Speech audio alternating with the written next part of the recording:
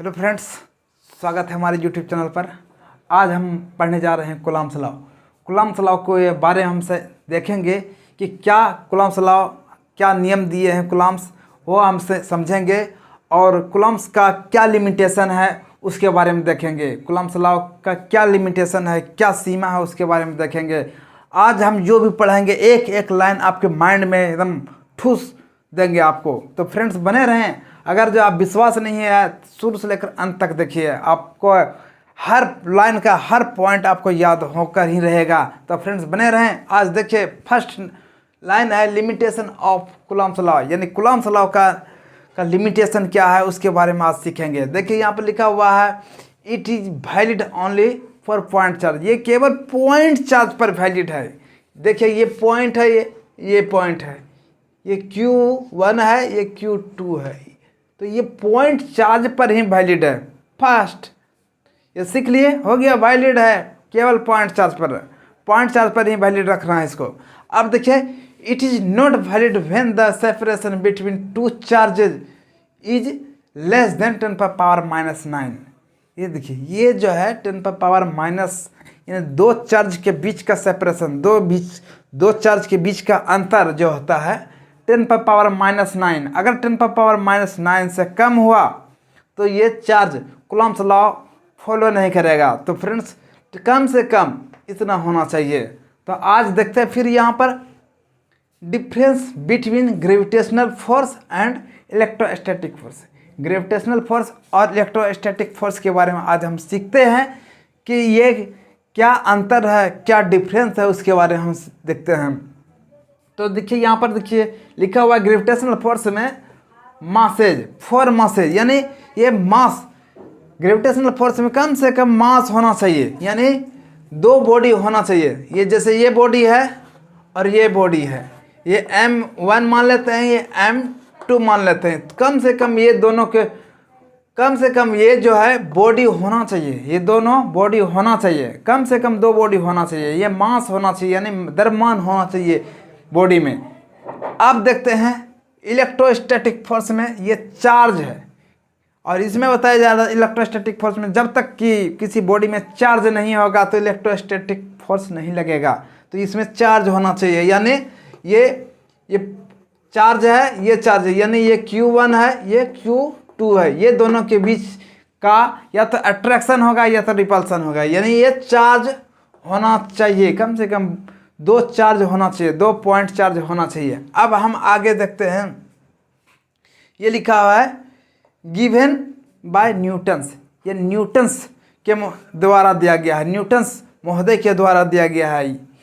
तो ये gravitational force Newton महोदय के द्वारा दिया गया था, लेकिन इलेक्ट्रोस्टैटिक में ये चार्ज जो है ये कूलम्ब्स के द्वारा दिया गया। कूलम्ब्स ये साइंटिस्ट है, ये जो है साइंटिस्ट है, इसी के द्वारा दिया है इलेक्ट्रोस्टैटिक में चार्ज के बारे में हम जो पढ़ते हैं ये लॉ दिए हैं कूलम्ब्स महोदय ने। आगे हम पढ़ेंगे। देखिए यहाँ पर लिखा है gravitational force is very weak force. देखिए ग्रेविटेशनल फोर्स जो है ना वेरी वीक फोर्स है, वेरी कमजोर फोर्स है।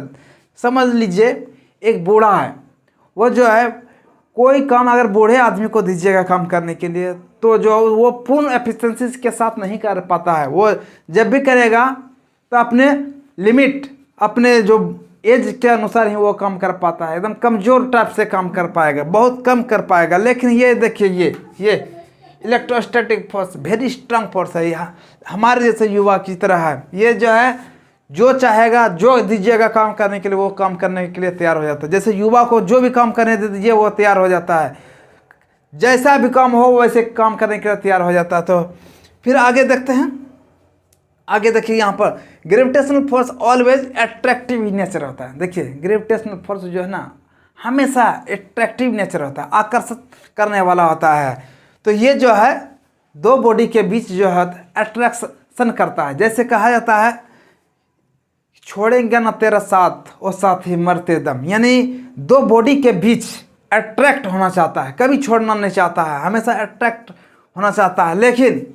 लेकिन यहाँ पर देखिए, यहाँ पर दिया है इलेक्ट्रोस्टैटिक फोर्स में भी अट्रैक्टिव और रिपल्सन, यानी ये जो है अट्रैक्टिव भी हो सकता है, आकर्षित भी हो सकता है, और रिपल्सन यानी विकर्षण भी, विकर्षित भी कर सकता है। यानी इसको कह सकते हैं कि कोई कोई कोई व्यक्ति है, एक दूसरे से बहुत प्यार है, गहरा संबंध है, तो पहले वो अट्रैक्ट हुआ।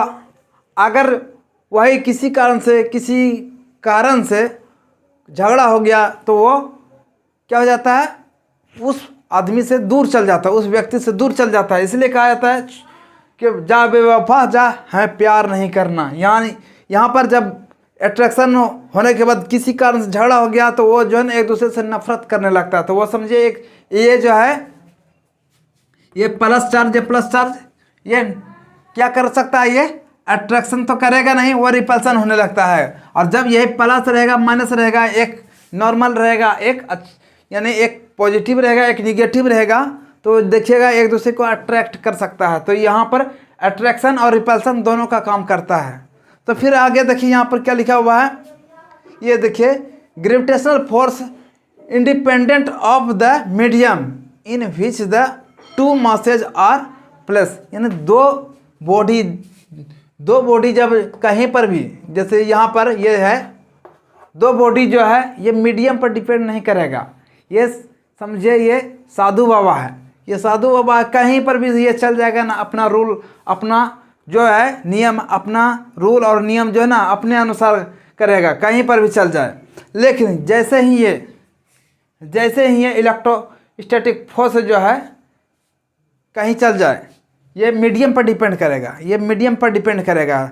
मीडियम पर डिपेंड करने का मतलब है कि जैसे मान लेते हैं ये युवा, कोई लड़का अगर मम्मी पापा के पास जाएगा तो देखिए उसका विचार कुछ अलग हो जाता है, फ्रेंड के पास चल जाता है तो उसका चेहरा विचार कुछ अलग हो जाता है, कहीं और दूसरे आदमी के पास चल जाएगा तो कुछ अलग हो जाता है। यानी ये सब जगह मीडियम पर डिपेंड करने लगता है। बस लड़का जिस तरह से मीडियम पर डिपेंड करता है, माहौल पर डिपेंड करता है, बस उसी तरह से यहाँ पर इलेक्ट्रोस्टैटिक ये जो है फोर्स डिपेंड द मीडियम पर करता है। तो फ्रेंड्स यहाँ पर देखिए, यहाँ पर फिर आगे हम देखते हैं the force of interaction between two charges placed at some distance. यानी यहाँ पर कहा जा रहा है ये जो फोर्स जो है इंट्रैक्शन होगा, यानी इंट्रैक्ट करेगा दो चार्ज।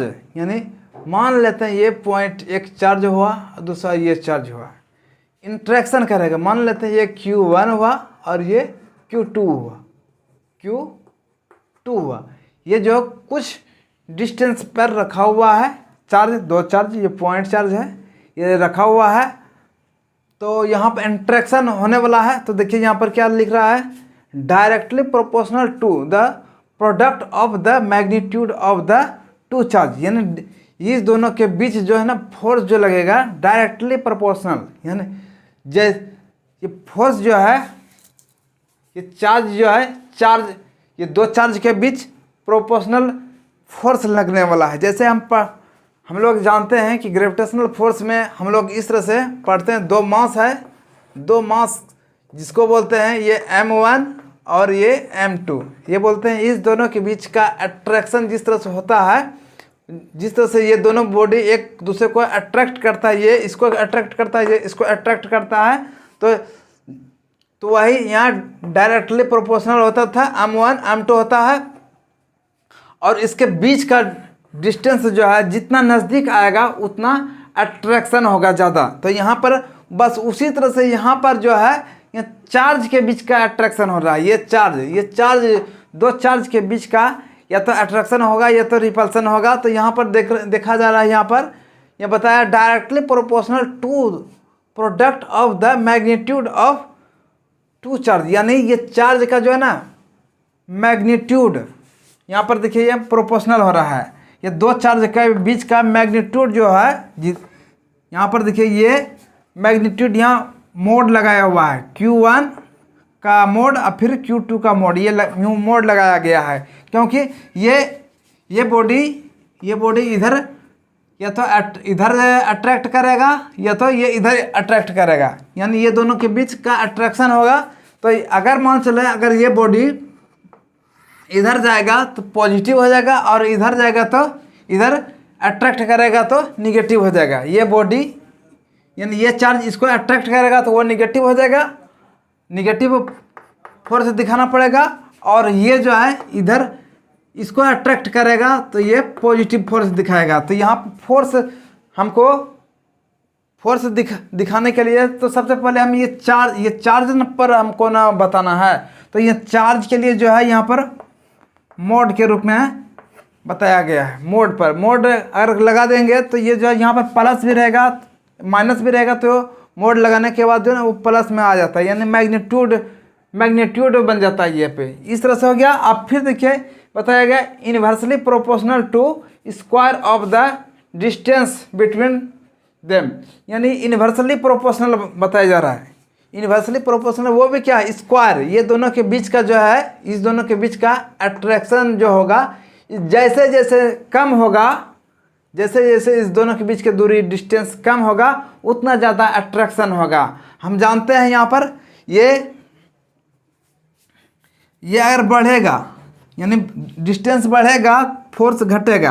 अब अगर जो डिस्टेंस यानी अगर दूसरे तरीके से कहा जाए तो अगर जो डिस्टेंस घट जाए तो फोर्स क्या हो जाएगा, बढ़ जाएगा, फोर्स बढ़ने लगेगा। यहाँ बताया जा रहा है स्क्वायर देखिए यहाँ पर लिखा हुआ है inversely proportional to square of the distance between them, यानी ये दोनों के बीच का जो है ना डिस्टेंस जो है अगर नज़दीक होगा तो फोर्स बढ़ेगा और दूर होगा तो फोर्स घटेगा। वो भी कैसा, स्क्वायर डिस्टेंस यानी स्क्वायर के रूप में बढ़ेगा और घटेगा। इस तरह से यहाँ पर पढ़ते हैं, जैसे कि यहाँ पर ग्रेविटेशनल फोर्स में हम यहाँ पढ़ चुके हैं कि दोनों के बीच जो है किस तरह से अट्रैक्शन होता है। उसके बाद दो चार्ज के बीच अट्रैक्शन होगा। यहाँ पर मास के बीच अट्रैक्शन हुआ था, यहाँ पर चार्ज के बीच अट्रैक्शन हुआ था। अब देखते हैं यहाँ पर देखिए,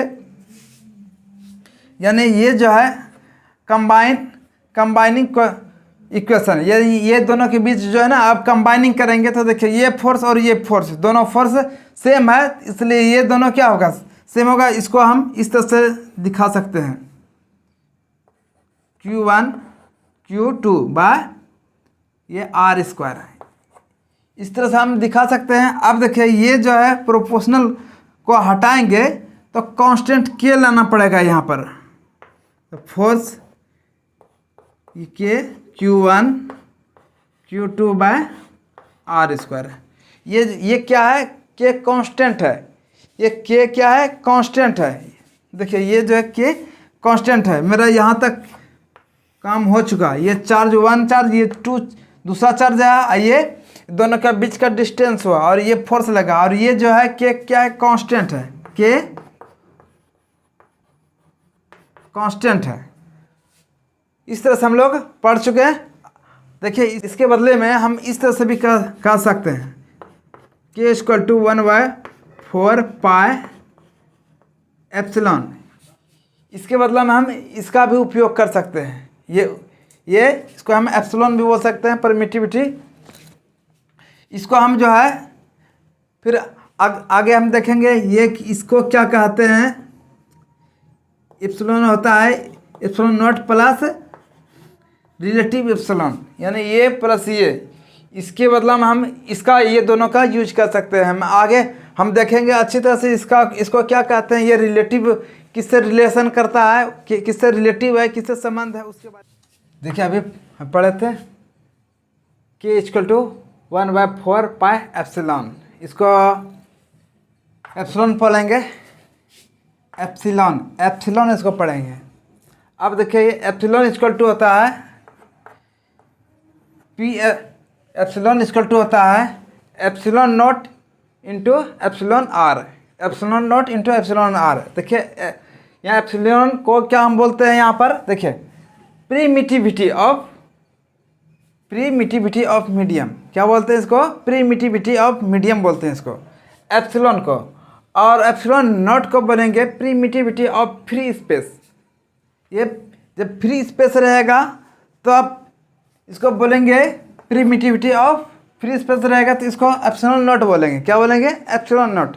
एप्सिलॉन नॉट का वैल्यू फिक्स रहता है, उसका वैल्यू होता है 8.8 × 10⁻⁻12 कूलम स्क्वायर पर न्यूटन मीटर स्क्वायर हो।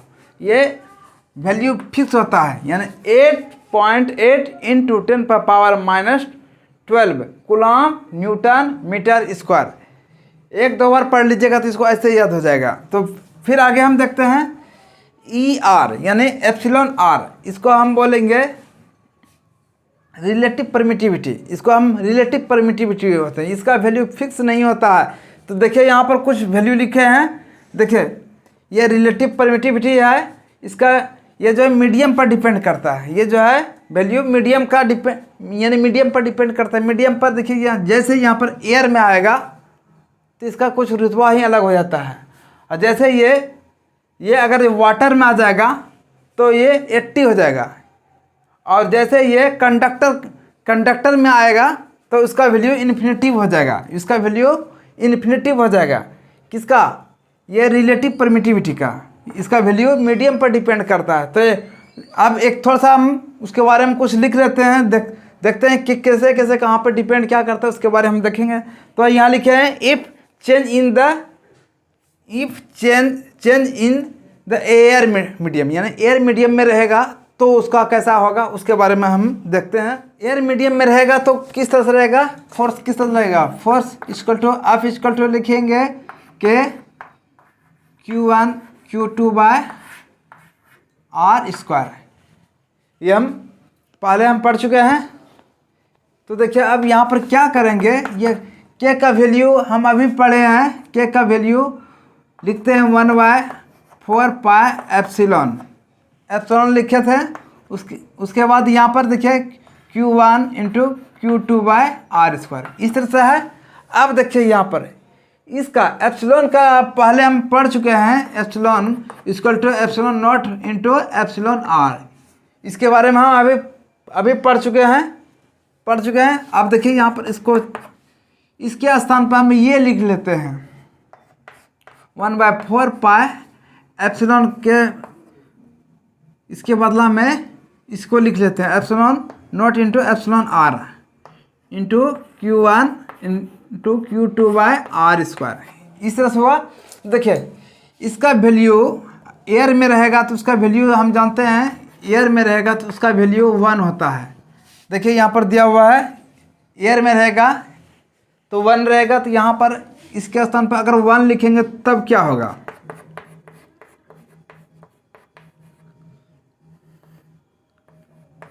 देखिए अगर इसका वैल्यू 1 कर देंगे तो Q1 to Q2 by R square हो जाएगा, यह आर हो जाएगा।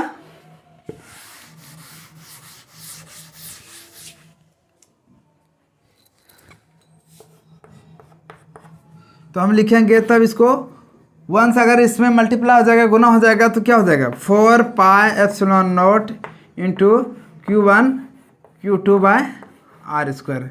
तो इस तरह से मेरा फॉर्मूला तैयार हो गया।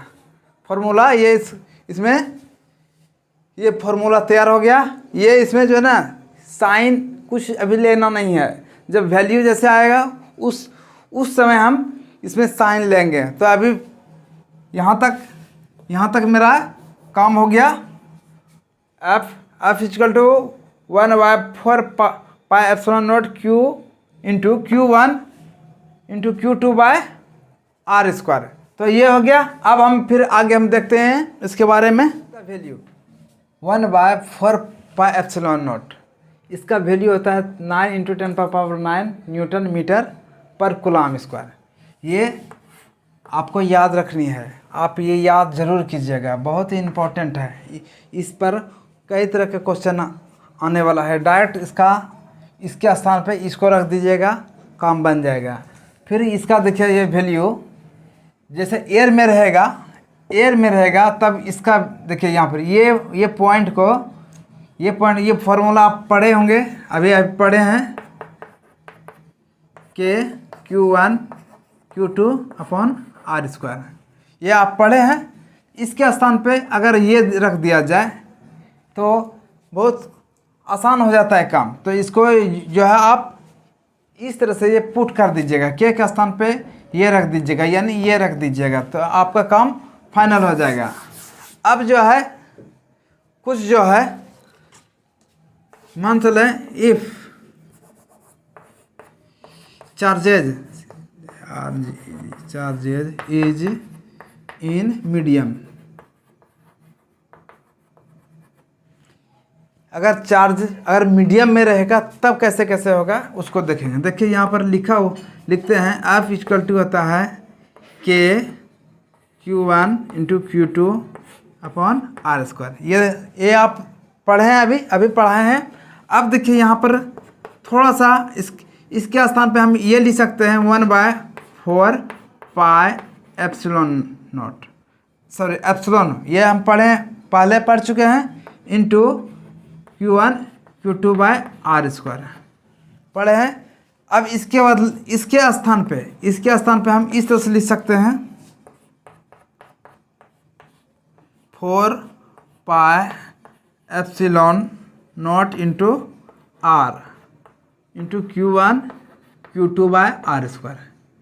देखिए ये है ना, हमको क्या करना है, मीडियम में रहेगा तो क्या करना है, तो ऐसे कंडीशन में ये वाला पॉइंट, देखिए ये वाला पॉइंट, ये वाला, इसके बदला में हम आप लिख सकते हैं, पहले हम पढ़ चुके हैं इस टाइप से, इस तरह से हम पढ़ चुके हैं। इस वाले को हम क्या बोलते हैं, फोर्स।